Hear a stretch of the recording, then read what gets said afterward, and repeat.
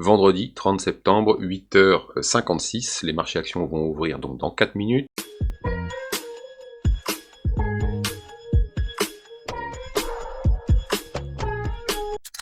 Hier, on était ensemble à enfoncer les plus bas de la veille, donc du coup le seuil quotidien il redescend ici. Il faudra que je le remette à jour sur le DAX, pourquoi il a sauté, je sais pas. En tout cas, tout ce qu'on peut constater à l'instant T, c'est que le CAC remonte à l'intérieur du support. Nous sommes vendredi, c'est un support important à préserver. On va voir comment ça se comporte et si on arrive à finir la semaine au-dessus. Sur le DAX, c'est la même chose que sur le CAC. On réintègre. À quoi ça ressemble pour la semaine? Quels sont les enjeux? L'enjeu principal, en tout cas ici, c'est de préserver donc les supports sur ces deux indices, avec ici une bougie qui ressemble à un très beau doji, bougie d'indécision sur un support, peut-être une fin de baisse, on ne sait pas, peut-être aussi un doji de continuation. On verra si ensuite on enquille, et si on enquille fort à partir de la semaine prochaine. Donc pour l'instant, on va s'intéresser à la journée. Ceux qui se lèvent tôt peuvent parfois prendre des opportunités entre 8h et 9h, ça n'a pas été mon cas ce matin. Autrement dit, enfin, c'est pas que je ne me suis pas levé tôt parce que je suis obligé de me lever tôt, mais c'est que j'ai pris le temps de discuter avec un copain au lieu de me mettre devant mes écrans.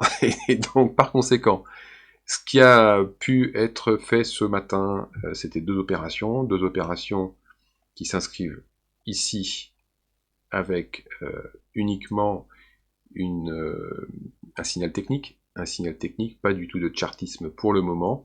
D'ailleurs, on peut en profiter tout de suite pour souligner, comme vous voyez, ce beau mouvement de hausse avant l'ouverture des marchés. On a ici assez clairement le mouvement haussier qu'on peut ici souligner avec ces droites, voilà, et puis on a celle-ci qui est un petit peu plus abrupte. Je ne sais pas si elle a de l'intérêt. On va la maintenir, même si elle est un peu pentue. Alors, pour revenir à ce que je vous disais, on est encore dans la zone qui nous a posé problème hier pour prendre des positions sur le plan de chartiste. Et tant qu'on ne va pas en sortir, ça va être exactement la même chose. Et puis, donc on va se borner à essayer d'accompagner le mouvement quand il y en a, haussier, baissier, à l'aide donc d'un signal technique que l'on va utiliser pour aller dans le sens du mouvement. Alors il y avait ce matin une première opportunité qui s'est déclenchée sur cette bougie à 7h56. Là, il fallait vraiment se lever tôt. Moi, je suis jamais au boulot avant 8h. Donc on la passe. Je le fais pas parce qu'en fait, on a très peu de densité dans le marché. Donc, vous voyez ici, là, le stop n'a pas été touché pour un point. Alors hier, c'était l'objectif qui n'a pas été touché pour un point, rappelez-vous. Bon, bref, il y a trop peu de densité pour aller là. On aurait pu se faire stopper pour un point, on ne l'est pas pour un point. Ça compte pas. Avant 8h, je préfère pas faire. Là, celle-ci, en revanche, était beaucoup plus dans ce que je fais habituellement, parce que je commence à bosser à partir de 8h. Et donc, 8h ici, un achat, avec un stop qui était un petit peu plus loin, puisque ici, dans la bougie qui a suivi l'entrée, ici, on le voit, ça a continué à baisser, et pour très très peu, le stop n'a pas été touché. Là, dès qu'on est entré en position, le marché est reparti dans notre direction. Donc, ça donne ici une première opération à 20 points. Et c'est la seule, puisque sur le CAC, les choses ne sont pas mises dans les conditions, ne sont pas mises en place dans les conditions souhaitées. Donc par conséquent, on n'a pas pu profiter de ce signal technique sur le CAC. Peut-être, si on revient un petit peu en arrière, dans les prochaines minutes, ça repart encore à la hausse, donc peu certain, peu évident. Donc voilà, ce début de séance là, voilà, on vient d'ouvrir, le marché action vient d'ouvrir, le DAX arrive donc dans la zone est déjà dans une zone de résistance, un souvenir mensuel, avec une zone dans la zone. Donc évidemment c'est un niveau qui est difficile à passer. Et puis sur le plan de chartiste, pour travailler ça va pas être facile le DAX, parce que ici on va avoir un espace situé entre 130 et 230, même pas, dans lequel on va pouvoir peut-être prendre des positions si on est relativement éloigné de ces deux bornes. Je reviendrai sur les explications de ça, on en a parlé déjà hier, je reviendrai dessus si il y a lieu un peu plus tard. On va surtout s'attacher, a priori, tant qu'on reste dans la zone, à travailler donc des signaux techniques pour avoir des invalidations très courtes. Ce sera peut-être pas le cas pour le CAC, qui lui, ici, nous donne une zone de jeu un peu plus large. Donc, on verra comment les choses se passent. Là, on va laisser l'ouverture se faire. Je vais mettre en pause et puis revenir vers vous dès que les choses valent le coup, dès qu'il y a quelque chose à faire.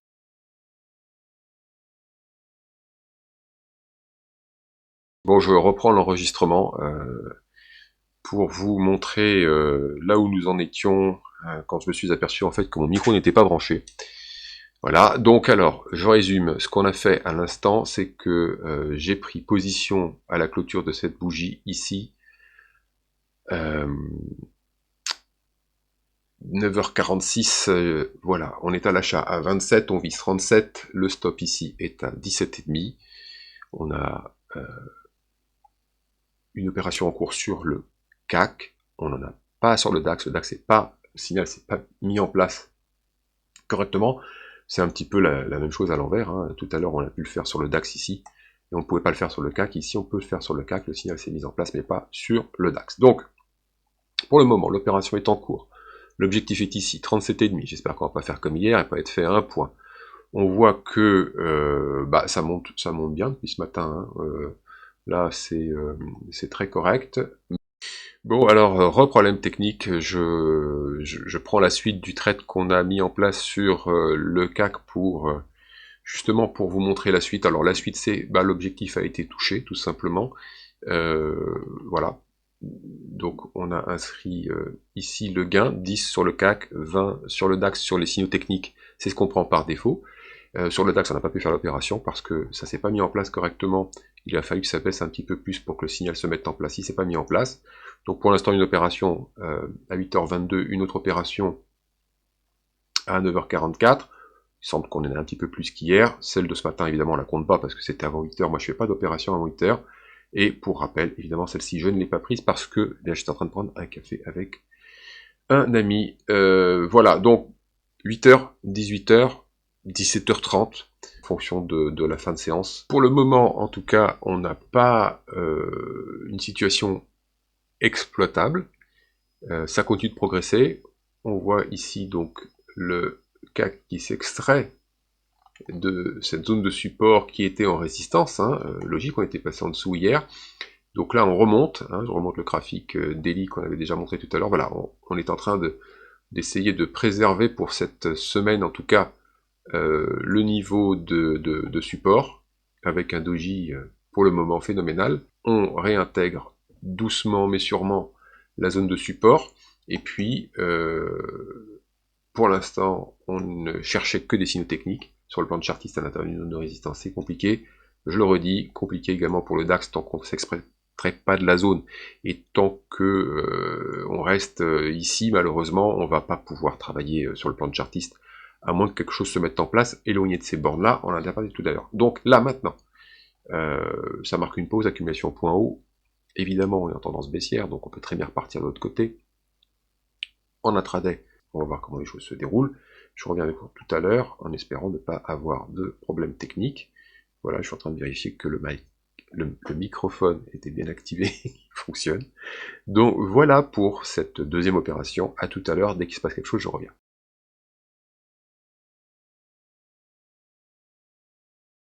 Allez, on reprend, là il se passe quelque chose encore. CAC, DAX, ça retrace. Alors sur le CAC, sur le DAX, pardon, ici, le retracement ne m'a pas encore donné la possibilité de mettre en place le signal technique.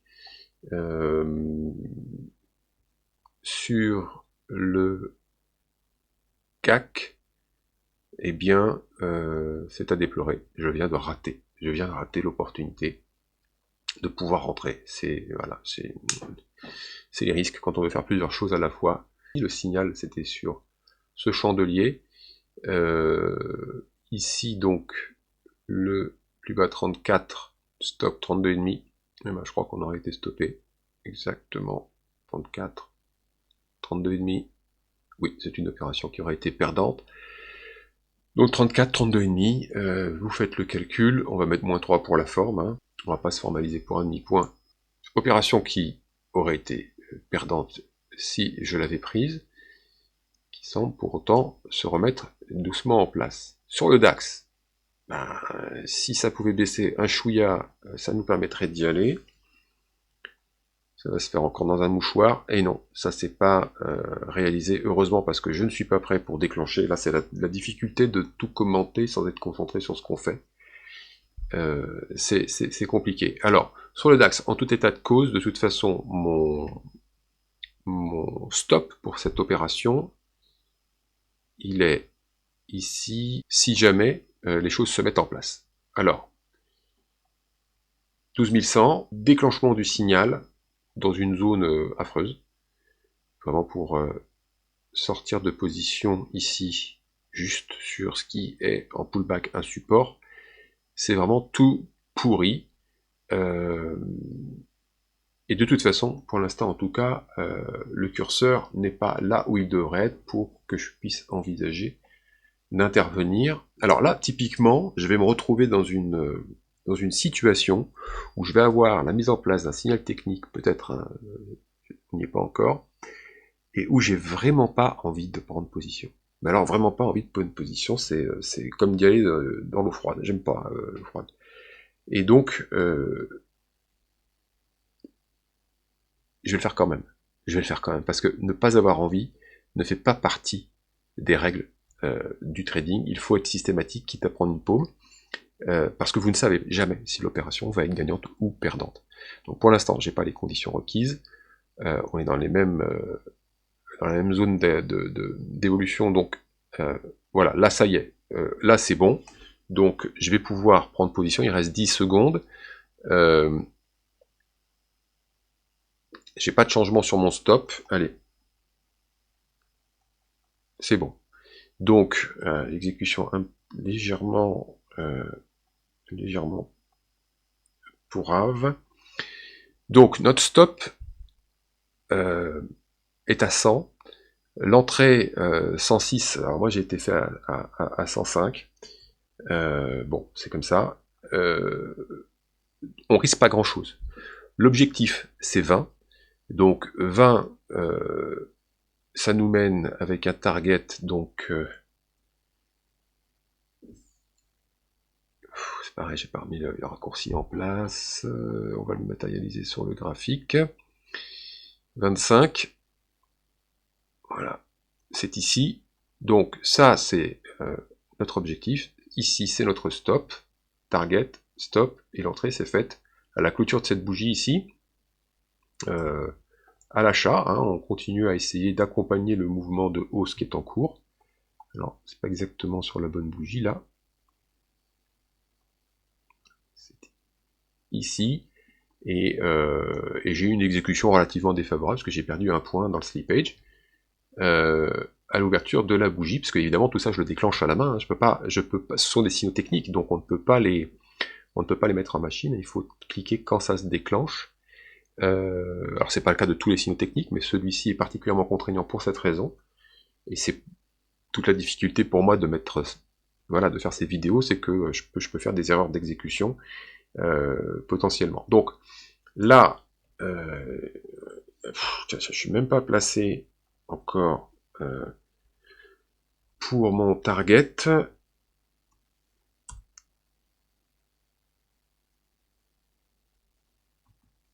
Voilà. Donc ça y est, c'est bon, heureusement, parce que sinon, j'aurais pas été exécuté. Voilà. Ça rebondit, bon, très doucement. Pour l'instant, c'est 10 points, c'est seulement la moitié de l'objectif. Sur le CAC, bon, on est venu taper le haut de la zone. Je vais pouvoir procéder ici. Je vais enlever ce range potentiellement en cours de formation qui n'a pas été formé.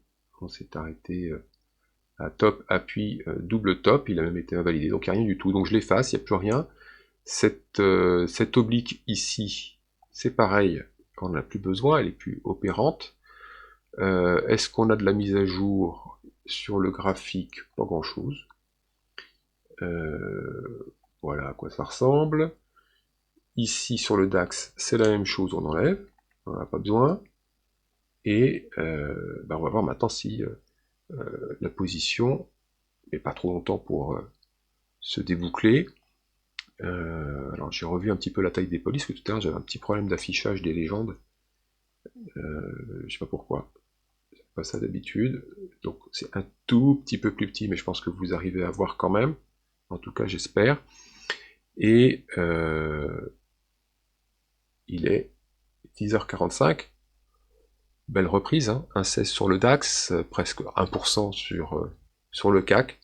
Volatilité d'un jour à l'autre, un peu plus faible qu'hier. Je l'ai contrôlé tout à l'heure. Rappelez-vous, on était à 28 hier. Quand on était sous le support, sous cette zone grise, que ce soit sur le CAC et le DAX. Et on est redescendu à 26,5, 26,7.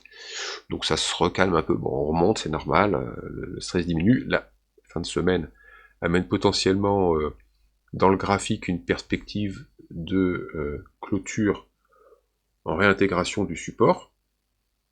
Voilà, c'est un support important. Donc en effet, l'idée qu'on finisse au-dessus à la fin de cette semaine, ce qui ne sera peut-être pas le cas la semaine prochaine, hein, on verra ça, peut-être prédomine et donc permet une petite détente. Alors, ça c'est le matin, ça ne veut pas dire que cet après-midi, ça va être la même chose, on n'en sait rien du tout, on ne sait pas exactement, il y a des stats en principe, hein, le vendredi, il y a de la stat, qu'est-ce qu'on a justement ?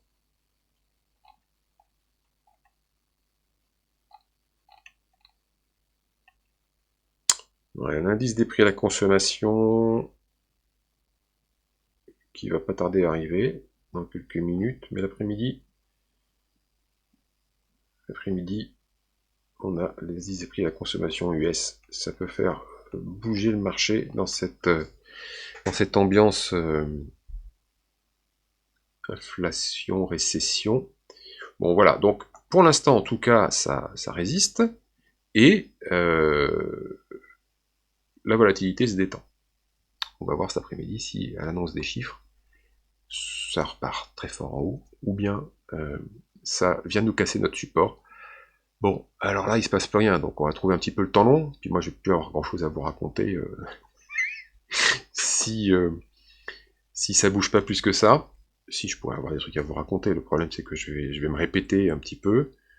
Voilà, on remet les choses d'équerre ici et là. Bon, donc l'opération en cours actuellement sur le DAX est à mi-chemin de l'objectif. Ça a eu bougé, ça bouge plus. Bon, on a l'habitude, on a vu ça hier. Hein. Ce sera, c'est actuellement donc la 1, 2, 3, 4e opération de la matinée. Donc on a plus à faire qu'hier. Je vous l'avais dit, hein, ce qui s'est passé hier est assez rare d'avoir si peu à faire. Et puis surtout, ce qui s'est passé en fin de séance, j'en ai encore ce souvenir, va me rester, de ne pas être fait pour un point, de se prendre un stop. Bon, pas un stop de protection, mais l'invalidation de la position. Ça m'a quand même bien saoulé. Surtout qu'on était à un moment où le marché remuait pas mal, donc il y avait de quoi quand même aller chercher notre objectif, pas fait pour un point. J'avoue que ça m'arrive très rarement, très rarement. Bon, en plus sur dans certaines stratégies, mais c'était pas le cas du signal technique, j'ai une règle qui s'appelle la sortie en seconde approche. À partir du moment où on s'approche de l'objectif et qu'on repart, eh bien je me remets sur le point du dernier cours atteint. Si j'avais appliqué ça hier, de toute façon, je n'aurais pas pu sortir en seconde approche. Donc, ça m'arrive pas souvent de ne pas être fait pour un point sur un signal technique, et en plus, je n'aurais même pas pu appliquer la règle de la sortie en seconde approche. C'est assez étonnant, ça se produit vraiment très très peu souvent. C'est comme prendre, d'être touché au stop de protection, ça arrive très peu. Regardez, le manque de densité dans les échanges, on passe de 23 à 14 en une seconde. Donc là, c'est pareil, on revient à un moment où... Alors, hier, on a bougé dans le vide. C'est la raison pour laquelle... voilà, regardez l'ouverture, là, ça y est. Là, on commence à rentrer dans un moment de marché où la densité est très faible. On close ici à 15, on réouvre à 18. Eh bien on commence à avoir là des opérateurs qui, je sais pas ce qu'ils font, à 10h50, peut-être prennent leur distance par rapport à la statistique qui arrive dans quelques minutes, donc dans 10 minutes maintenant, puisque c'est à 11h, et on a des échanges qui se font avec justement voilà, très peu de contrepartie, et ça fait des petits trous de cotation, c'est un petit peu... là c'est le genre de situation, le genre de marché que j'aime pas du tout. Bon, de toute façon, on est en position, on ne sait pas si la stat qui doit sortir à 11h aura de l'effet ou pas. Si on est encore en position, est-ce qu'on doit rester en position? Réponse oui. Absolument. On est protégé par un stop de protection. Et voilà, l'objectif est atteint. Donc, alors, pour finir, est-ce qu'on doit rester en position? Oui, on n'ouvre pas de position avant une stat, mais si la strat a été correctement mise en place, vous êtes protégé par votre stop de protection. Donc, même si la stat amène un décalage de marché totalement contre vous et violent, vous avez un stop de protection dans toutes les positions, et c'est à ça qui sert justement. C'est pour ça qu'il n'y a pas besoin de craindre quoi que ce soit, parce que, comme on l'a dit déjà hier, on a un ratio gain-perte sur l'ensemble des opérations qui est globalement 2 quand on gagne, 1 quand on perd. Voilà. Les stops sont rarissimes, et même si j'en ai, eh bien, il me faudra réaliser 1 ou 2 trades gagnants pour gommer cette perte. Donc, ça n'est pas un sujet d'angoisse, 1 parce qu'il est peu fréquent, 2 parce que, sans rien changer dans la routine de trading, sans faire de concessions avec le risque en l'augmentant, en taille des positions en augmentation, sans faire de concessions avec des envies de se refaire, ça n'existe pas tout ça. Voilà. Quand on a une méthode qui est bien, qui a été mise au point pour bien comprendre l'importance des impacts psychologiques, des biais psychologiques qu'on a tous, eh bien, si la méthode est bonne, elle est au service du comportement, et donc par conséquent, elle va vous permettre de traiter de façon systématique. Vous n'êtes pas dans je prends pas telle opération parce que je la sens pas. Non, si vous la prenez pas, c'est parce que ça répond à un ensemble de règles qui font que vous ne devez pas la prendre. Voilà. Et donc, si ça coche toutes les cases, alors vous y allez parce qu'il faut être systématique, et vous l'êtes parce que vous avez confiance dans ce que vous faites.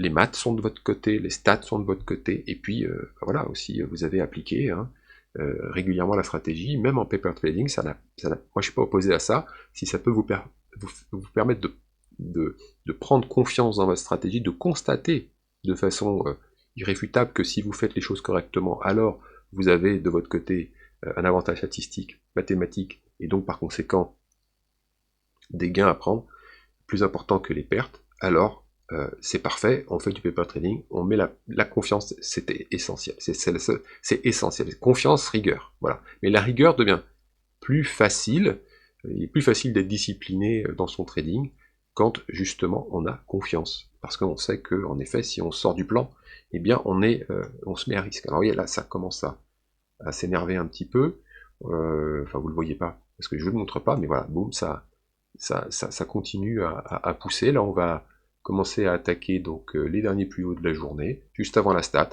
La spec est à la manœuvre. Pas exactement le type de marché dans lequel j'aime me trouver, mais c'est pas grave. L'important c'est d'avoir des opportunités. Je vous disais tout à l'heure, voilà, ici on a pris une paume, on a pris 3 points. Avant on avait gagné 10.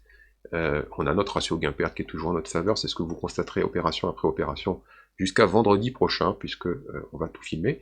Et donc ici, on va simplement inscrire le résultat de notre opération de 20 points sur le DAX. Donc pour l'instant, ça se passe assez bien. On a un bon rythme de négo. Et puis on va continuer comme ça jusqu'à 17h30 autour. Donc à tout à l'heure, parce que pour l'instant, il n'y a pas grand-chose. Et puis justement, rappelons-nous, on a une stat dans 6 minutes, donc on prend plus de position, et on reviendra après la stat. Allez, à tout à l'heure. Et on y retourne parce que j'ai quelque chose sur le CAC qui se met en place encore. C'est ici, sur le 5 minutes, c'est chartiste, donc on a ici un top, un appui, un double top, et puis l'idée, comme ça monte, c'est d'essayer de travailler le double appui, donc on va avoir une représentation de chartiste qui ressemble à ça. Alors c'est pas exceptionnel parce que justement c'est tout petit. Voilà, il y a 10 points, donc en temps ordinaire je prends pas parce que je prends des marges, tout simplement, des marges d'exécution à l'entrée et à la sortie. Mais bon, là l'idée c'est de montrer le mode opératoire. Alors dans ce cas de figure, l'intérêt de travailler cette figure, si évidemment elle se met en place, parce que pour l'instant c'est pas le cas. Premièrement, ce qu'il faut faire, c'est que je vais ajuster ici l'oblique. L'avantage, en fait, si vous voulez, c'est que si ça revient dans ce coin-là, eh bien ça va correspondre pile poil avec donc l'apparition d'un signal technique. Donc je vais avoir en fait un intérêt non pas à prendre l'opération sur un plan purement de chartiste, c'est-à-dire que si uniquement cette mise en place était disponible, je ne la prendrai pas, parce que je n'ai pas suffisamment d'écart entre les points hauts et le point bas de ce range potentiellement en cours de formation, parce que je prends des marges d'exécution de 2 points à l'entrée, 2 points à la sortie. Donc quand il reste 10 entre les extrêmes et que vous enlevez 2, ça reste 6. Si je rentre pas je rentre pas sur une opération avec le courtage, 6 points ça m'intéresse pas. Là, ça s'est écarté un petit peu, j'ai retracé parce que j'ai une évolution, mais ça va pas nous changer énormément la donne.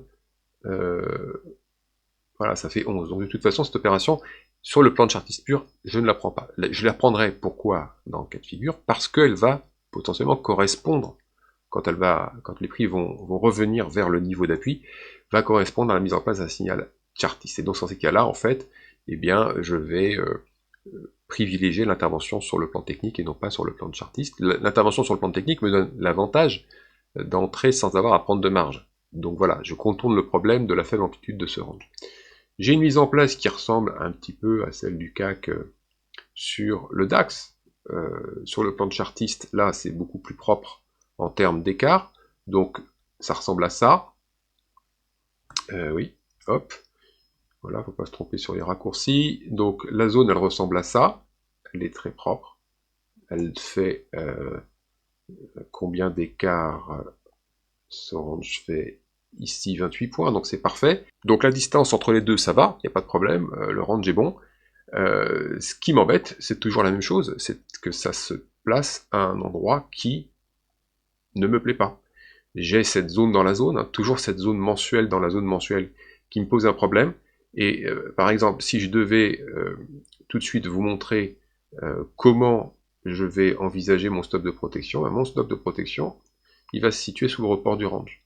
Et donc où? Exactement dans une zone de support. Et donc voilà, le problème, c'est que dans une zone de support, on peut encore rebondir. Donc il n'est pas question que j'invalide mon scénario dans cette zone-là, parce que ça peut encore rebondir, et donc potentiellement, je peux, alors en suivant stricto sensu les règles, et c'est ce que je fais, je vous l'ai dit, c'est une question de discipline, le trading intraday, le trading de manière générale, mais encore plus intraday, eh bien, suivant mes règles, je dois me stopper en dessous. Voilà, parce que je ne sais pas si ça va aller plus bas, c'est mon stop pour cette opération, elle est invalidée à partir du moment où on atteint ce niveau-là. Et donc, dans ce cas de figure, je peux me stopper pour rien parce que les prix peuvent encore repartir à la hausse. C'est la raison pour laquelle je ne prends pas la position, tout simplement, c'est filtré. Donc ça se présente bien, mais ça se serait parfaitement présenté, et sera peut-être d'ailleurs quelque chose que je jouerai si ça se présente mieux, si ça se présente à un endroit où, en me stoppant, eh bien, je ne prends pas un risque important de voir les prix quand même rebondir, et donc réaliser finalement mon scénario initial, tout en ayant pris une paume au passage. Voilà. Donc c'est exactement ça qui nous pose problème avec le DAX, et c'est ce que j'ai évoqué depuis ce matin, en vous montrant un exemple particulier. Là, sur le CAC, eh bien, il ne se passe pas grand-chose, on ne vient pas chercher le bas, donc évidemment, on ne vient pas chercher la mise en place du signal. Donc je coupe maintenant, et puis je reviens tout à l'heure, si jamais il y a quelque chose à faire, je reprends l'enregistrement. Un truc à faire sur le plan de chartiste, ce coup-là, ça va pas être sur le DAX, ça se passe sur le CAC. Nous avons ici, suite à la stade de 11 heures, un retour en arrière. Voilà. Et ici, la probabilité qu'on descende encore un petit peu est toujours là. Et notre idée, c'est de prendre position à l'achat, ici, en pullback sur cette oblique, avec pour stop, ici, ce niveau de 61,5. Nous avons dans cette opération, cette opportunité, des éléments qui sont corrects, savoir que eh bien, si on rentre ici, on va avoir une prise de risque qui sera de 42 points, et qu'on a déjà réussi à coter 42 points dans le sens, donc notre target, si on entre, sera ici, target que je vais regarder en temps réel, parce que j'ai cette oblique ici, qui fera résistance pour aller au target. Alors, il n'y a pas un gros écart entre les deux, il y a 6 points, c'est pas beaucoup.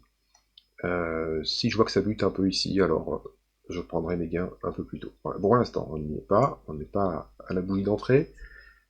On peut encore repartir à la hausse, et dans ce cas-là, j'aurai justement quelque chose qui pourra se déclencher, voilà, autour d'ici, autour de 40. Ça sera potentiellement un endroit où on pourra rentrer à l'achat. Voilà les options qui sont sur la table à l'instant T. Alors c'est une opération qui forcément peut durer longtemps, hein, parce que là le marché baisse mais sans conviction. Toute possibilité dans cette descente de reprendre sur un signal technique, il n'y en a pas une seule, a été conduite. Donc là pour le moment, bah, c'est soit on vient sur le pullback, ok, donc on achète. Je ne peux pas me placer pour le moment parce que le problème étant que plus ça met du temps et plus le prix au contact va se déplacer, hein, c'est une oblique. Donc à l'inverse d'une horizontale, le prix se déplace à mesure que le temps passe. C'est dynamique.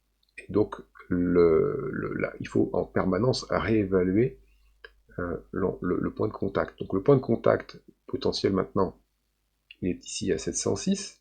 Et donc par conséquent, si le stop lui ne change pas, eh bien il faut que je réévalue si ça fonctionne toujours. 44.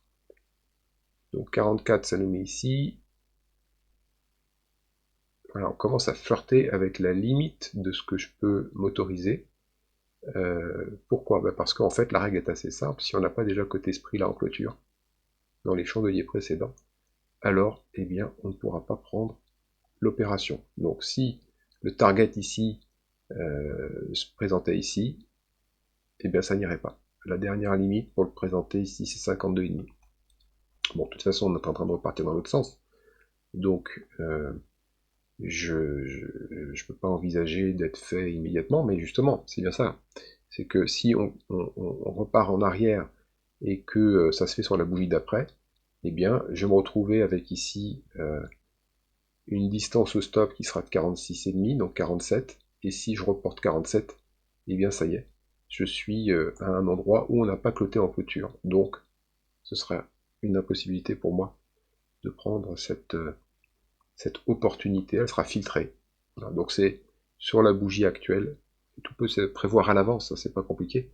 Il suffit, avec la méthode, d'avoir cette gymnastique, cette volonté d'être toujours proactif face à son graphique, pour anticiper quelle pourra être l'opportunité suivante, la qualifier si on le peut, savoir en gros si on va monter dessus ou pas, ou s'il manque des éléments, voilà, mais être tout le temps proactif.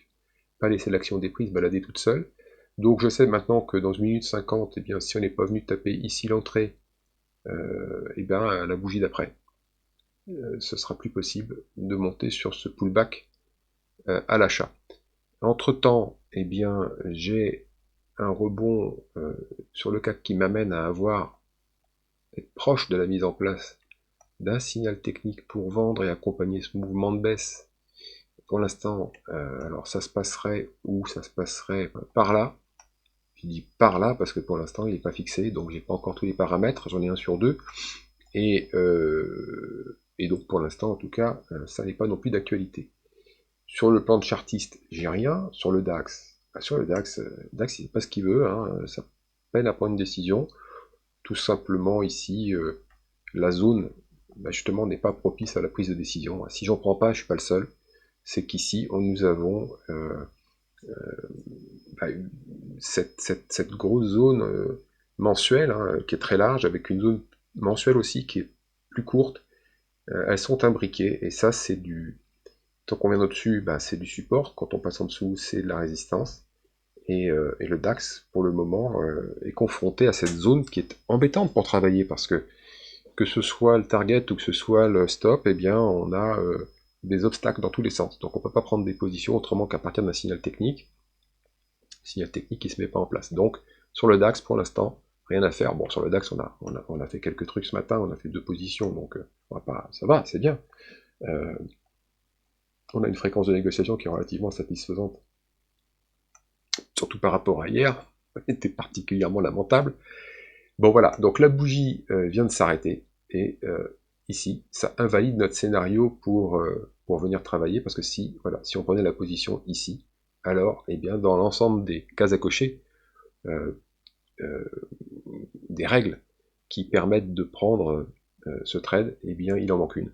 On ne pourra pas cocher la case de est-ce qu'on a coté déjà le prix qui est celui du target? Est-ce qu'on l'a coté en clôture? Oui, on l'a coté sur des plus hauts, mais pour moi, les mèches, c'est que des échecs.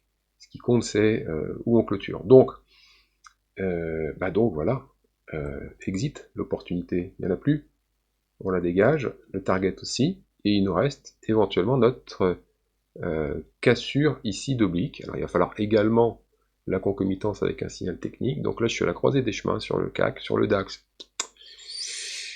Il n'y a que dalle de chez que dalle, j'ai ça, voilà, que j'ai pas mis à jour, mais c'est pareil, pas trop travailler cette zone sur le plan de chartiste, et sur le plan technique, j'ai rien qui se met en place. Sur le CAC, j'ai rien qui se met en place non plus pour l'instant. Si quelque chose se met en place, voilà, c'est ici sur 2 minutes, et c'est dans cette zone-là sur 5 minutes. Donc je vais attendre que les choses évoluent, et puis je reviens. Ça y est, cette fois-ci, les conditions sont requises pour la mise en place du signal de vente sur le CAC. Et on y va, c'est parti. Donc maintenant, on va chercher à prendre 10 points. Notre stop, il est ici. Si jamais on le touche, je dégage. C'est 29,5. Et sinon, eh bien, on espère accompagner ce mouvement de repli pour 10 points. Ce qui nous met donc ici, toutes ces choses que je ne fais pas quand je parle pas et que je ne suis pas enregistré, c'est que je prépare mes opérations un peu mieux que ça. Donc je fais ça, là je suis pas en train de regarder le DAX et je sais pas si je suis pas en train de rater un truc, donc non. Ok, donc on a notre position en cours sur le CAC, objectif 15, c'est 15, ou ici stop 29,5, donc une perte potentielle de 4 points et demi pour un gain de 10. Toujours pareil, on reste dans le ratio gain-perte moyen. Ça, c'est l'aspect mathématique des choses, hein. C'est rémunération du risque, et puis on n'est pas dans la fréquence de gain, on est dans le compte d'exploitation, hein. Je fais un certain chiffre d'affaires, il ne faut pas que j'ai trop de coûts. Après tout, trader, c'est faire du négoce, hein, c'est négocier, on est des commerçants, et donc il faut qu'on fasse attention à nos marges, comme tout commerçant qui gère bien sa petite entreprise. Alors, ça peut être long, comme le spread précédent, ça peut être long. J'ai retracé donc des obliques hein, depuis tout à l'heure qui se sont présentés avec l'évolution du prix.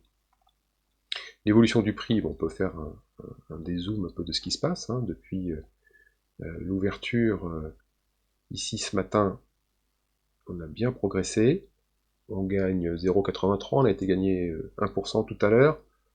Après la stat de 11 heures, si c'est la raison, je ne sais pas, hein, nous on a débouclé une position sur le DAX juste avant la stat de 11 heures, depuis ça retrace doucement, mais bon, enfin sans excès, et puis il y a du monde au support là pour le moment, donc ce qu'on cherche à faire, bah, c'est essayer de peut-être accompagner, on cherche à accompagner ce mouvement qui ressemble à un retournement, et puis s'il veut se poursuivre, on est dedans pour le moment, on cherche à reprendre ce qui pourrait être un mouvement de retournement, je le rappelle, dans le sens de la tendance, hein. La tendance elle est quand même baissière, oui on a atteint un gros support, oui le rebond technique important peut se produire, on a vu hier que l'ambiance est un peu plombée, il y aurait pu y avoir un rebond technique hier, hein. Il n'y en a pas eu, et est-ce qu'il va y en avoir aujourd'hui?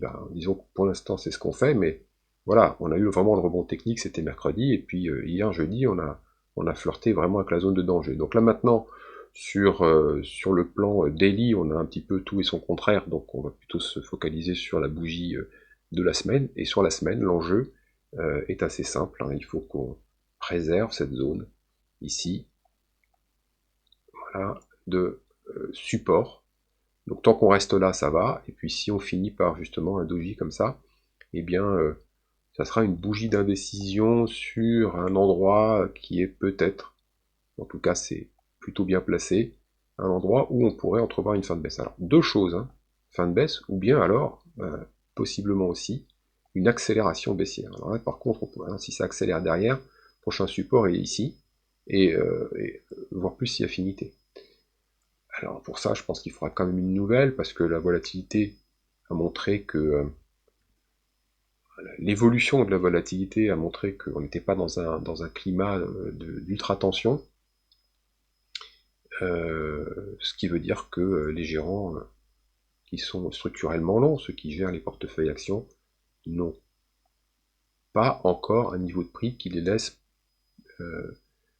qui les met dans les embêtements, qui les oblige à vendre des actions, leur protection, typiquement les puts, sont encore opérantes, et donc pour l'instant ils ne sont pas dans l'obligation de vendre leurs lignes.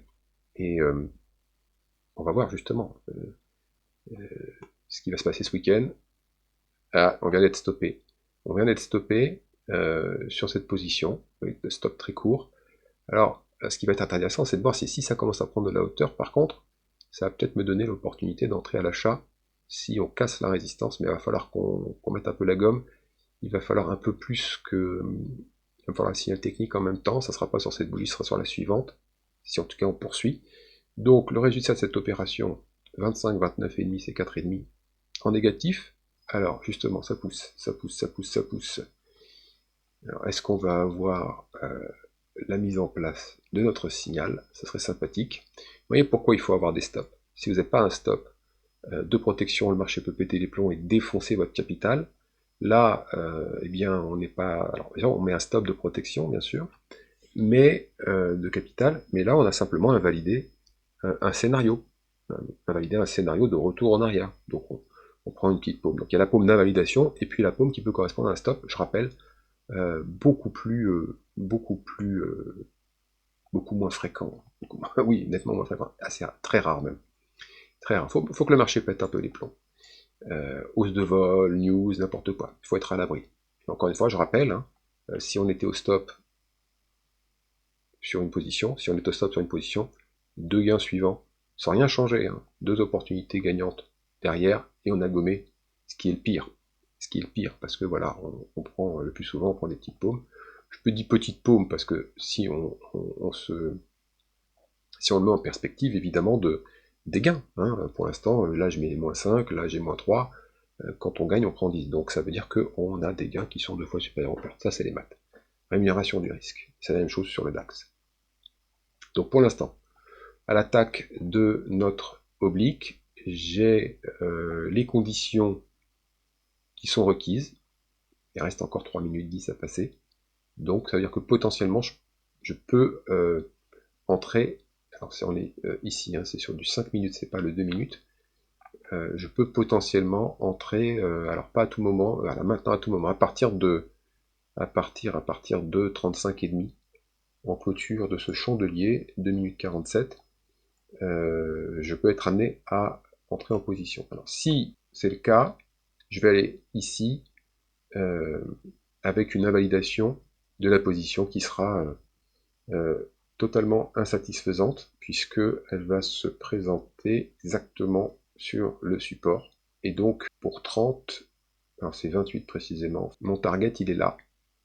Alors je dis pas qu'on va pas le faire, au contraire, hein, c'est un signal qui est c'est un très bon signal. Le problème, et c'est la raison pour laquelle je vais pouvoir le déclencher, c'est qu'il va, si jamais ça n'y va pas, l'invalidation de ma position, elle est pile poil sur un support. Et ça, je peux pas l'accepter parce que sur le support, on peut encore rebondir. On peut encore rebondir, on peut venir jusqu'ici, et puis on va partir comme ça. Et donc moi ici, il va falloir que je me stoppe. Ça, c'est pas logique. Donc, parce qu'il y a cette zone de support, eh bien, je peux pas prendre de position à l'achat. En tout cas, je peux pas prendre celle-là, ce qui est assez dommage. J'ai pas souvent ce genre de signal. Mais c'est comme ça, c'est les règles. C'est les règles. Elles sont faites pour protéger le capital, elles sont faites pour continuer à obtenir un taux de réussite correct. Alors, ce qui se passe aussi, et vous voyez, c'est tout le problème du manque d'attention, c'est qu'on a eu un signal également de vente sur le DAX, avec un stop qui se situe précisément ici, avec un target à 20 points, et on est au bord ici d'avoir le déclenchement du signal d'achat sur le CAC, alors que justement on a un signal de vente sur le DAX. Donc vous voyez les corrélations, attention à ces histoires de corrélation, c'est très piégeux. C'est corrélé jusqu'au moment où ça l'est pas. Donc voilà, là le signal est déclenché, tac, il l'est. Et donc l'idée c'est de se positionner donc à l'achat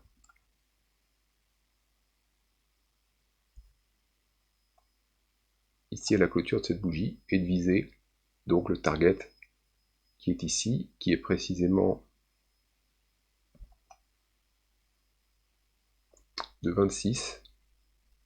C'est la rémunération du risque. Opération que je n'ai pas prise. Pourquoi? Comme je viens d'expliquer. Donc impossible d'invalider ma position, impossible de vendre. Hein. J'ai acheté, donc si je sors c'est pour vendre. C'est en vendant impossible d'invalider ma position au-dessus d'un support. Je suis obligé de rester à l'écart de cette opportunité-là. Bon, donc là-dessus, c'est en cours.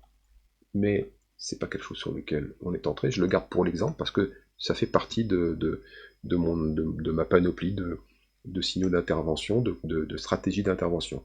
Ce que j'ai raté, c'est ici, c'est sur le DAX. Hein, j'ai pas pu rentrer, je l'ai pas vu venir, je l'ai concentré sur autre chose. Ça arrive.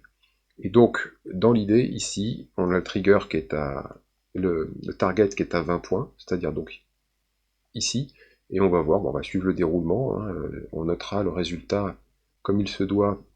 On l'a pas pris, c'est pas une raison. L'idée, c'est de vous montrer ce que donnent les stratégies que j'utilise en intraday, et simplement de vous montrer qu'avec une bonne méthode, on peut régulièrement engranger des journées gagnantes et bien gagnantes tous les jours. Que tous ceux qui médisent sur le trading intraday, c'est pas possible de gagner, c'est faux, mais c'est très difficile. Voilà, c'est tout, c'est vrai. C'est très très difficile. C'est très difficile et ça prend longtemps, ça se construit, c'est ce que j'arrête pas de vous répéter depuis hier. Bon, donc pour le moment, la position sur le DAX, ici. On vient de chercher 98, on cherche 88, c'est un peu tout à l'heure avec notre 15-25, on est à la moitié.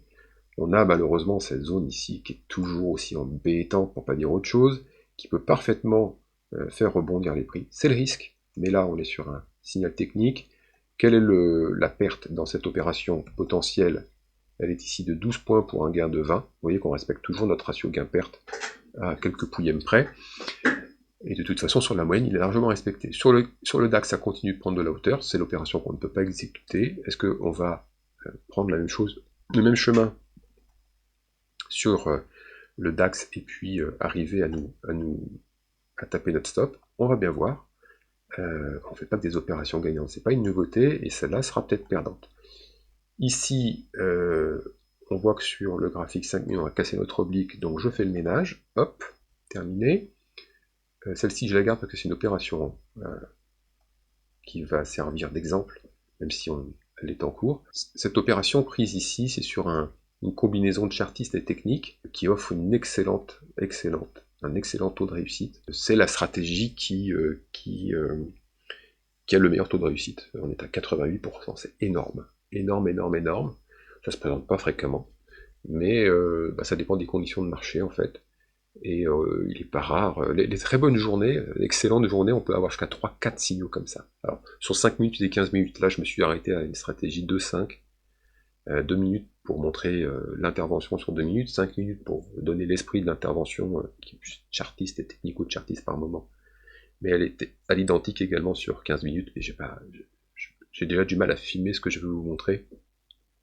Alors si j'avais rajouté là, je m'en sortirais pas déjà que j'arrête. J'ai des difficultés, puisque je rate des trucs, je peux pas me concentrer 100% sur mon trading. Mais bon, voilà, allez, c'est comme ça jusqu'à vendredi, et vendredi prochain, je reprendrai mes affaires. normalement, bon, donc on a cette position sur le DAX qu'on n'a pas en cours puisqu'on n'est pas monté dessus. Donc ce que je vous propose pour pas allonger trop la durée de la vidéo, c'est de mettre en pause maintenant, et puis on reviendra quand les deux choses qui sont en cours seront débouclées, pour voir quel est le résultat, et indiquer le résultat de cette position ici sur le DAX. Bah, celle-là, on rappelle, elle est filtrée, elle est là pour l'exemple. Suite des deux opérations en cours sur le DAX et sur le CAC, opération, donc, hein, je répète, ici sur le CAC on la prend pas parce qu'elle est filtrée, target, c'est juste pour voir l'évolution, et puis sur le DAX, target atteint, mais opération pas prise, hein, je l'ai raté, bon, c'est comme ça, voilà, je suis pas concentré comme d'habitude, donc, alors c'est pas grave, donc voilà, simplement, on continue dans notre idée de faire la démonstration qu'avec une méthode, ça fonctionne, et donc on poursuit, et c'est pas grave, rater des trucs, hein, ça arrive. Je vais peut-être en rater, parce que justement, à la fin de ce passage, eh bien, je vais partir manger la tête farcie.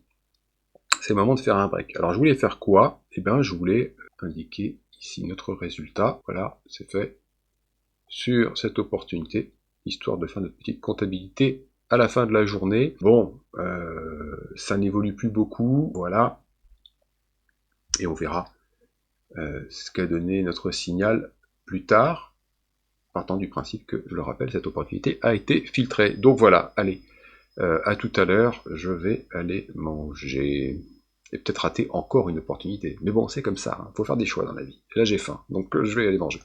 Bientôt 14h30, le marché s'affole un petit peu. Regardez ça, il y a pas mal de specs, ça bouge dans tous les sens, avec de l'amplitude, 12 000, 12 080, jolie bougie de 5 minutes, entre 12 020 et 77, donc 57 points sur une bougie. Ça monte fort, ok, 10 secondes avant la stat, pour voir l'évolution, et après je vous commente ce qui s'est passé depuis tout à l'heure. Depuis, voilà, ça repart dans l'autre sens, ça tape dans tous les sens. Comment voulez-vous vous en sortir si vous n'avez pas une méthode? C'est pas possible. Ce n'est pas possible. Il faut des repères, il faut quelque chose de fiable, sinon ça ne peut pas fonctionner. Et vous prenez les pieds dans le tapis. J'aime beaucoup ceux qui nous racontent qu'ils travaillent en traitant les statistiques. Trader la news, vous la connaissez celle-là, vous l'avez déjà vue sur Google, sur YouTube et compagnie. Trader la news, c'est bien. Continuez les amis. C'est n'importe quoi. Et pourquoi c'est n'importe quoi trader une news? Tout simplement parce que même si vous avez la news avant tout le monde, qu'est-ce que vous allez en faire? Ce qui est important, c'est comment les marchés recueillent la news, comment ils l'accueillent, qu'est-ce qu'ils en font. Vous pouvez avoir une bonne nouvelle des marchés qui baissent, des mauvaises nouvelles des marchés qui montent, des bonnes nouvelles des marchés qui montent, des mauvaises nouvelles des marchés qui baissent. Faites vos jeux. Et c'est ça, faites vos jeux. C'est tout et son contraire, peu de densité, de la volatilité intraday. Et puis, vous allez voir que finalement, on va se retrouver, potentiellement balle au centre, vers 12 000. Alors, bon, on va voir ce qui se passe, et de toute façon, ce qu'on attend, nous, c'est une opportunité qui rentre dans le cadre de la stratégie. Enfin, quand je dis nous, je suis pas en coaching, là, je suis en train simplement de vous montrer ce que je fais habituellement. Et donc, qu'est-ce que nous avons fait depuis tout à l'heure? Eh bien, vous vous souvenez, avant de déjeuner, je vous avais dit ici, cette opportunité qu'on ne prenait pas, là, ce signal d'achat qui était ici, on ne le prenait pas parce que le stop se déclenchait pas au bon endroit, et que c'est une position qu'on ne pouvait pas prendre. Alors voilà, suivre les règles, ça sert à quelque chose. Ça sert à pas prendre des paumes pour rien. Ça s'est maintenu, on s'est arrêté là quand j'ai fini la vidéo, la dernière. Le target était là, on était plutôt bien engagé, puis finalement ça n'a rien donné. Enfin si, ça a donné une perte, c'est-à-dire que si on n'a pas respecté les règles, on a fait une perte. Si on a essayé pour voir ce que ça donne, eh bien on a fait une perte. Bon, sur le DAX, ensuite, eh bien, il n'y a rien eu de particulier, en tout cas sur le plan de chartiste. Rien. Et puis, on a eu quelque chose. On a eu quelque chose qui s'est mis en place, justement, à 14h, ici, sur cette bougie, un signal de vente pour accompagner le marché, et je l'ai noté pour que je puisse vous expliquer la raison pour laquelle j'ai pas pris cette position. Tout simplement parce que, alors, ce que je vais faire, c'est que je vais enlever ici ce segment qui ne sert à rien qu'à obstruer la vue. Lorsque le signal s'est mis en place ici, eh bien le stop était ici. Ce qui veut dire que entre le prix de déclenchement de l'ouverture et le stop, on avait 21 points. Et ça, je ne le fais pas pour une raison très simple, c'est que ça dégrade mon résultat d'exploitation global. C'est-à-dire que je vous ai expliqué qu'on avait une moyenne de trades gagnants autour de 20 points et une moyenne de trades perdants autour de 10 points. Un ratio de 2 pour 1, gain-perte de 2 pour 1. Si je commence à prendre des opérations qui sont avec des ratios gain-perte de 1 pour 1, forcément, ça va perturber énormément mon résultat de ratio gain-perte moyen au final. Donc, je ne prends pas ces opportunités-là, je veux, au-delà d'un taux de réussite convenable pour moi c'est 6 sur 10, c'est bien, c'est convenable. Après si c'est plus, tant mieux. Ça dépendra des phases de marché. D'ailleurs je vous invite à regarder la vidéo sur ce sujet, la dernière vidéo que j'ai faite sur les signaux techniques. Vous comprendrez mieux pourquoi les signaux techniques ne sont pas exploités dans toutes les phases de marché. Justement parce que les phases de marché sont différentes, alors il faut utiliser les outils à bon escient. Bref, tout ça pour vous dire quoi? Pour vous dire qu'en fait j'ai pas envie de dégrader mon ratio gain-perte, que j'ai expliqué dans une vidéo qui s'appelle 8 trades gagnants sur 10, pourquoi ça ne me suffit pas. Vous pouvez aller la voir dans la playlist. Et bien j'explique le rapport justement taux de réussite, ratio gain-perte, et vous devez privilégier les deux, taux de réussite et ratio gain-perte. C'est comme ça qu'on fait de la grosse perf. Taux de réussite très élevé, c'est très bien, mais si on peut obtenir et le taux de réussite et le ratio gain-perte, et bien à ce moment-là on gagne davantage d'argent. On peut aussi avoir un excellent ratio gain-perte et un taux de réussite faible, on gagnera aussi. Le problème c'est que psychologiquement c'est très difficile de travailler les stratégies lorsque vos trades gagnants sont de l'ordre de 2 ou 3 sur 10. Même en ayant un bon ratio gain-perte et en gagnant de l'argent, psychologiquement c'est compliqué d'enquiller potentiellement 7 à 8 pertes de suite et de continuer à cliquer. Donc c'est pas des stratégies que je recommande. Un ratio gain-perte 2 pour 1 en moyenne, 1,8, 2 pour 1, c'est très bien. Au-delà, c'est encore mieux. Mais ça va limiter le nombre de trades que vous allez pouvoir prendre obligatoirement.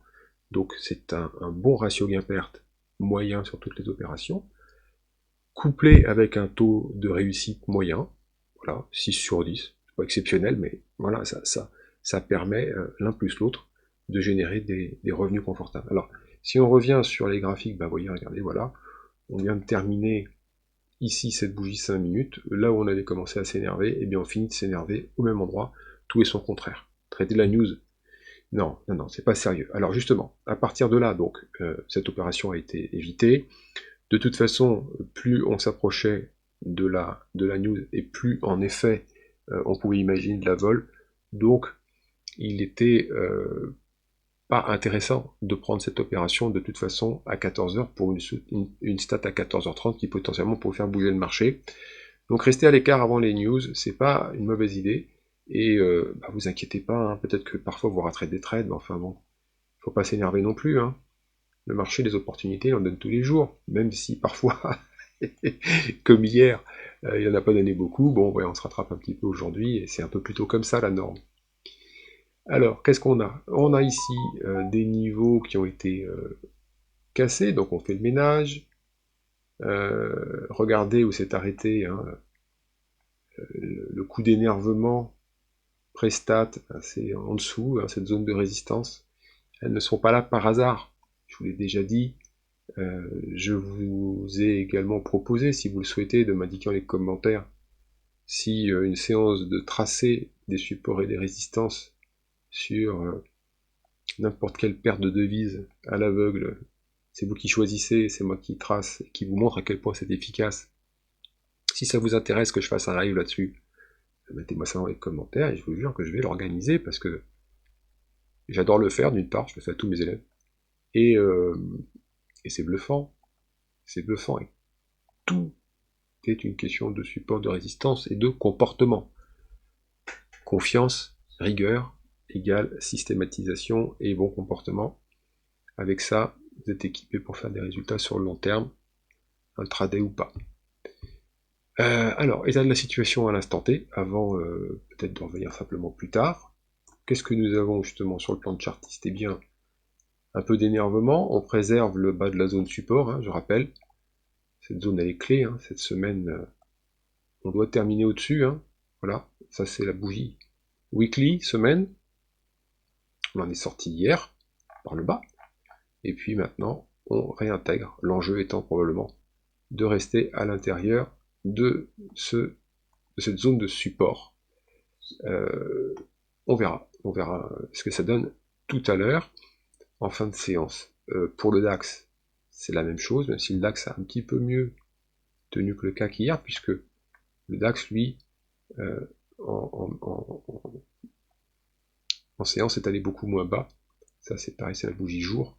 Est allé beaucoup moins bas que le CAC, mais il n'en reste pas moins que pour le DAX aussi, ça reste un niveau de support important qu'il faut préserver, même si à l'instant T, on se trouve être un peu mieux loti que le CAC.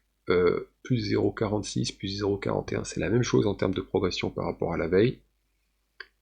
Configurations de chartistes sont légèrement différentes. C'est logique.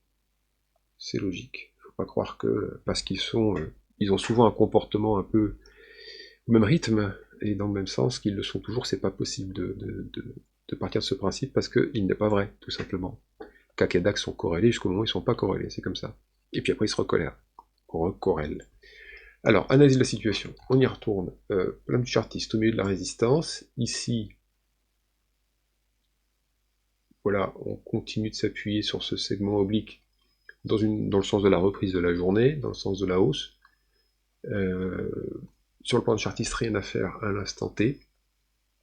Sur le plan technique, c'est pareil. J'ai un aplatissement ici du directionnel. Vous voyez que après avoir baissé là depuis midi, eh bien, voilà, on reste, si on efface ça et qu'on efface ça, on reste dans une dérive latérale. Est-ce que ça va se calmer longtemps? On ne sait pas, on va voir. Mais en tout cas, on doit attendre quelque chose, on doit attendre à nouveau de reprendre une pente quelconque. Que ce soit un directionnel aussi ou baissier, on est client, mais tant qu'il n'y a rien du tout, alors on n'est pas client, on fait rien. Sur le DAX, c'est la même chose, il n'y a rien pour le moment. Il y aura peut-être quelque chose qui pourrait m'intéresser ici. Si ça se met en place, je vais mesurer, je vais regarder si ça se fait dans de bonnes conditions ou pas. Et non, malheureusement, ça ne se fait pas dans de bonnes conditions.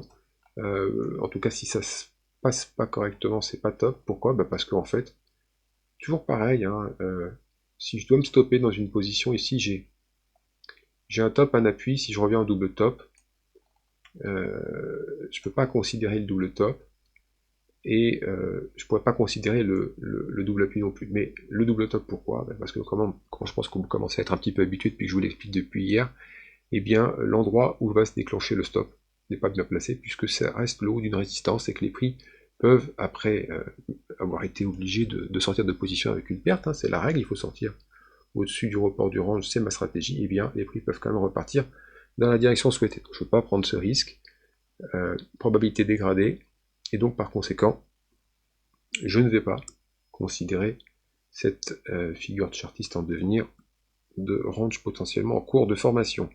J'enlève de mon graphique, histoire de pas partir sur un coup là en me disant tiens j'y vais, non, ça a été écarté, c'est analysé, on enlève.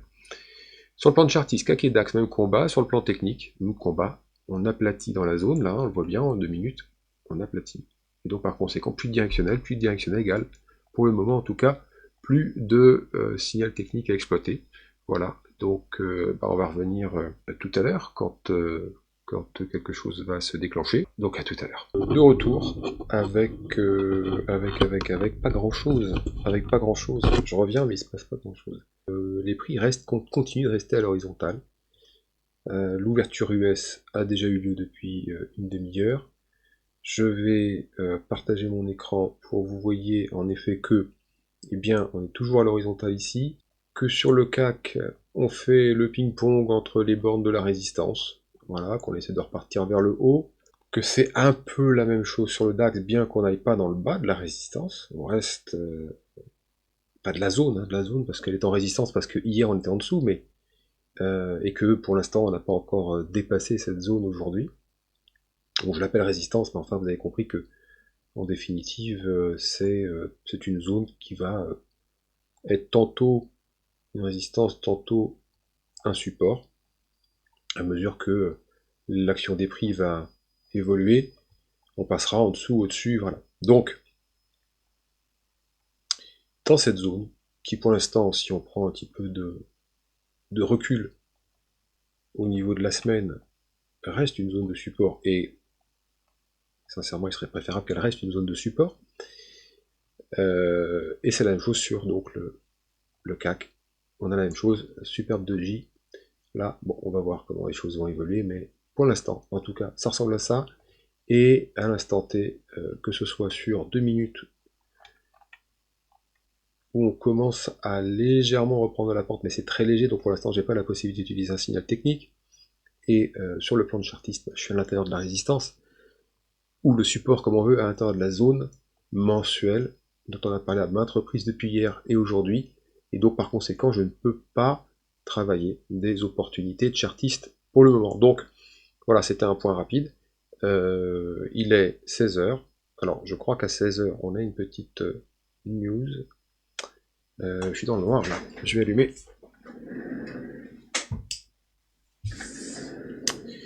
Je crois qu'on a une news, mais j'en suis pas sûr. On a 13 secondes à attendre pour le savoir, donc on va être rapidement fixé sur ce point. Bon, alors, petit point sur la journée. Qu'est-ce qu'on a réussi à faire? On n'a pas pris toutes les positions qu'on pouvait prendre. En tout cas, je n'ai pas réussi à prendre. Je ne sais pas pourquoi je dis on n'est pas en coaching. Donc position de 8h, 20 ici, 20 ici, 20 ici. C'est 3 fois 20 sur le DAX. 3 fois 20 points. Et rien d'autre. Enfin, il n'y a rien d'autre, c'est toujours ça de prix. Hein. Sur le CAC, on a commencé vraiment à opérer à partir de presque 10 heures. 10 ici et moins 5, moins 3. Donc c'est pas terrible sur le CAC aujourd'hui, hein. C'est un petit peu comme hier, ça s'est beaucoup calmé. Bon, faut dire qu'encore une fois, c'est comme hier, hein. La zone n'est pas exceptionnelle. Donc plus 2 sur le CAC et plus bon plus 60 sur le DAX. Bon, ça reste correct hein, comme résultat, vous savez, on fait pas toujours plus de 100 points tous les jours, même si c'est ce qu'on cherche à faire, mais on n'arrive pas toujours à les faire. Pour l'instant, ça reste correct en résultat. Quelle que soit la taille de votre position, hein, que vous travailliez des contrats DAX à 25 € le point, que vous travailliez des contrats futur CAC à 10 € le point. Alors évidemment, si vous travaillez de cette manière-là, bah, vous allez faire quelque chose d'équilibré à peu près, parce que il faut que les performances soient linéaires hein, sur l'ensemble des deux supports travaillés. Donc 25 € le point sur le DAX, ça fait 3 CAC hein, à 10 €, et vous avez quelque chose d'à peu près équivalent. Je trouve que c'est une bonne mesure, et puis vous pouvez également tout harmoniser en travaillant à 20 € le point sur le CAC, 20 € le point sur le DAX, 10 et 10. Ça dépend de votre capital, en définitive. L'essentiel, c'est d'avoir quelque chose qui soit cohérent par rapport au montant de la perte. Et puis, vous pouvez obtenir cette modulation. Vous pouvez faire du mini DAX à 5 €, 2 mini DAX et puis un CAC futur. Voilà, tout ça, ça se travaille sur le marché réglementé. Puis si vous voulez travailler en CFD, travailler sur VD. Moi, j'ai un courtier qui me permet de tout faire. Donc, de ce point de vue-là, je module la taille de mes positions comme j'en ai envie. Et sur les CFD, bah, faites attention parce qu'évidemment, il y a des courtiers qui sont plus ou moins, comment dirais-je, qui jouent plus ou moins bien le jeu. Rappelez-vous, hein, sur ce type de négociation, c'est du gré à gré, c'est du bilatéral. Donc en fait, vous passez pas par le marché centralisé, vous n'avez pas de carnet d'ordre, la personne avec qui vous traitez, c'est votre courtier, c'est lui qui répond à votre ordre, c'est lui qui prend la contrepartie, et donc par conséquent, il aménage quelques petites règles, qui peuvent être notamment cet écart de fourchette à des moments inopportuns, évidemment, quand par exemple vous devez entrer en position, et que la fourchette s'écarte, quand vous avez un spread de 1 et que tout d'un coup ça passe à un 5 ou 2, vous n'êtes pas fait. Ça peut être également la même chose lorsque vous voulez sortir de position, c'est encore plus énervant, surtout quand ça gagne. Qu'on s'approche de votre objectif et que tout d'un coup, boum, encore un carton de fourchette. Vous sortez pas de la position et ça revient au point de départ. Donc cette qualité d'exécution là, il faut la mettre de côté. On ne peut pas travailler de cette manière-là. Bon, bref. Si j'ai pas déjà fait une vidéo là-dessus, alors je vais en faire une parce que c'est un sujet qui est très souvent ignoré, le fonctionnement des marchés réglementés. Sur les marchés réglementés, on traite des contrats futurs, on traite des produits dérivés, on traite des titres, on traite tout. Mais on traite tout à pied d'égalité, c'est-à-dire que tous les produits que vous allez négocier sont standardisés, c'est les mêmes règles pour tout le monde. Si vous traitez les CFD, c'est un produit dérivé aussi, mais là c'est une transaction de gré à gré. Donc c'est vous et le broker. Le broker et vous. Ses règles et vous. Il n'y a pas le même niveau de transparence et le même niveau d'égalité. Bon, voilà. Je ferai une vidéo là-dessus. Si vous voulez que je développe, mettez-moi ça en commentaire. Je me ferai un plaisir de vous faire une vidéo sur le sujet, tant c'est important de bien comprendre comment ça fonctionne. Puis vous avez encore un troisième lieu d'échange, qui est les MTF, les systèmes multilatéraux de négociation, SMN en français, qui sont en fait des bourses, des concurrents des bourses, tout simplement. Quand les bourses ont perdu leur monopole en l'an 2000, eh bien, elles sont arrivées, ces plateformes. Alors, elles sont très peu nombreuses, il y en a une dizaine dans le monde. Et donc, moi, je bosse avec une de ces plateformes qui se trouve à Londres et qui est le marché centralisé des devises.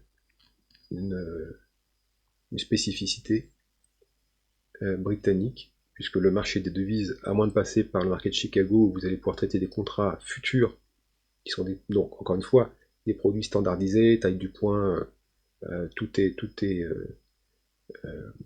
les contrats sont standardisés, donc c'est-à-dire que vous avez un minimum de 125 000 $, hein, voilà, c'est 125 000 $ la taille du contrat minimum.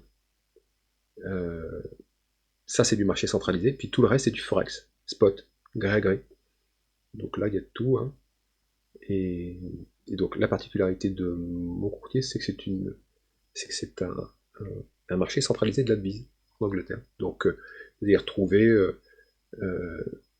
pas mal d'intermédiaires qui viennent y chercher donc de la contrepartie, de la liquidité, peut-être même de la couverture. Votre broker CFD, quand il vous permet de négocier les devises, va très certainement se refinancer sur ce marché-là. Voilà, donc là il y a une vraie concurrence et c'est tout le monde à pied d'égalité, c'est un marché centralisé.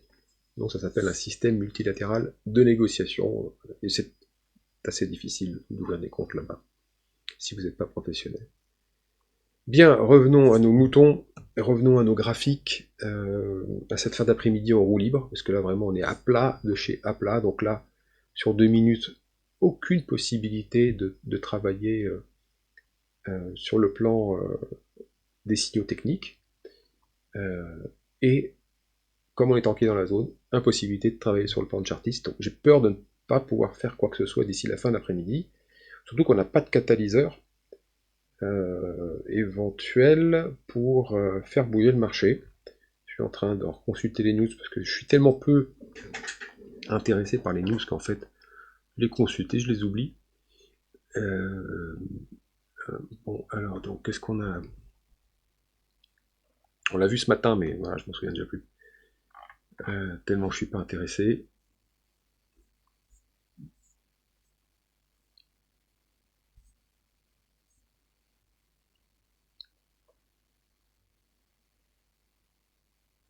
Ah, il n'y a plus rien. Il n'y a plus rien. Donc là, c'est la roue libre. Tiens, on va faire un truc, puisque on n'a pas grand chose à faire à l'instant T. On va aller regarder la volatilité des options. Toujours bien de faire le point. On a fait le point ce matin. On était à 56 et des poussières. 56, 56. 26. 26, c'était combien ça? 26,70 je crois. Donc on va regarder où on en est maintenant. Et puis je vais le noter, puisque comme je note tout, ça tombe bien. Là, ça c'est la plateforme de négo. J'en ai pas besoin à l'instant T. Voilà.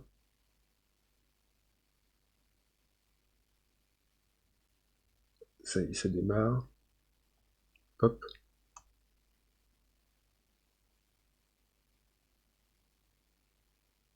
Extrêmement long. Voilà, donc 4,40, 5,722, 5,720. Je sais pas pourquoi il y a toujours un petit décalage entre Axial et Pro All-Time, pourtant c'est les flux d'Euronext. C'est pas très logique. 25,50, 25,70 ce matin. La monnaie, on est où? Il disait 25, 28, ça bouge vite. 25. Ouais, 26,60, 26,10. Légèrement en retrait. Quelques dixièmes de pourcentage. Il est 16h10. Et nous sommes à... Il disait 20, 26, 26,70. Voilà, donc on va dire que sur les puts, ça n'a pas trop changé par rapport à ce matin. Et nous étions à 5750 ce matin, nous étions à 12150. On est un petit peu plus bas sur le DAX. Et on a une vol sur le CAC qui est à peu près identique à ce matin. Donc, pas d'anticipation négative pour l'instant des investisseurs. On ne se fait pas sur les puts avant le week-end. Ce qui tente à indiquer que, bien qu'on soit au plus bas, on n'est pas de stress particulier attendu de la part des opérateurs, ce qui est déjà une bonne chose. Ce qui indique que, pour l'instant en tout cas, à l'instant T, les probabilités d'aller plus bas sont fortement obérées. Très peu probable que le marché dérape entre maintenant et 22h, sauf évidemment catalyseur ne sera pas une news, donc ça pourrait être éventuellement le marché américain qui dérape, pour je ne sais quelle raison, et dans ce cas-là, effectivement, après la fermeture du marché action ici en France et en Europe, on pourra avoir un marché qui suivra les États-Unis. Pour l'instant, rien n'indique que ça va se produire, rien n'indique que on va pas avoir un tirage de fin de séance. Si ça se produit, de toute façon je reviens, et si je reviens tout à l'heure sans qu'il y ait eu quelque chose à faire, eh ben on aura clôturé notre journée de vendredi. Ça y est, c'est la vidéo de la conclusion, puisque il se passe rien, il est 17h10, le marché commence un petit peu à être tiré, comme je l'avais un peu évoqué tout à l'heure, avec sur le CAC ici et sur le DAX, les tentatives de passer au-dessus des plus hauts du jour. C'est fait pour le CAC, c'est pas encore fait pour le DAX, mais vous voyez, il sort de la zone de résistance. Bon, il y en a encore une au-dessus de la tête qui n'est pas bien loin, avec ici cet éventail d'obliques qui souligne toute la progression, les nouvelles extensions, les retracements et les extensions. Voilà, on a réimprimé quelque chose de haussier pour cette fin de séance, quelque chose qui ne nous permettra pas d'intervenir sur un signal technique, sauf retracement très rapide, et encore. Donc, écoutez, c'est la fin de la semaine. La journée n'a pas été trop mauvaise quand même, le score n'est pas exceptionnel, mais c'est un score, on va dire, moyen, une soixantaine de points. Eh bien, je vais m'arrêter là. Donc on recommence lundi, le temps pour moi de faire le montage de ces vidéos. Si vous avez suivi cette vidéo jusqu'à la fin, super, tant mieux, j'espère que vous avez appris des choses. On reviendra sur certaines choses dans les prochaines journées, donc n'hésitez pas à venir justement du côté des autres, de la playlist dédiée, je n'ai pas encore le nom puisque j'ai décidé de faire ces vidéos hier, et puis n'hésitez pas, voilà le bouton souscrire, à vous abonner à la chaîne si vous voulez être informé dès la publication d'une nouvelle vidéo. Bon week-end à tous, et puis à la semaine prochaine.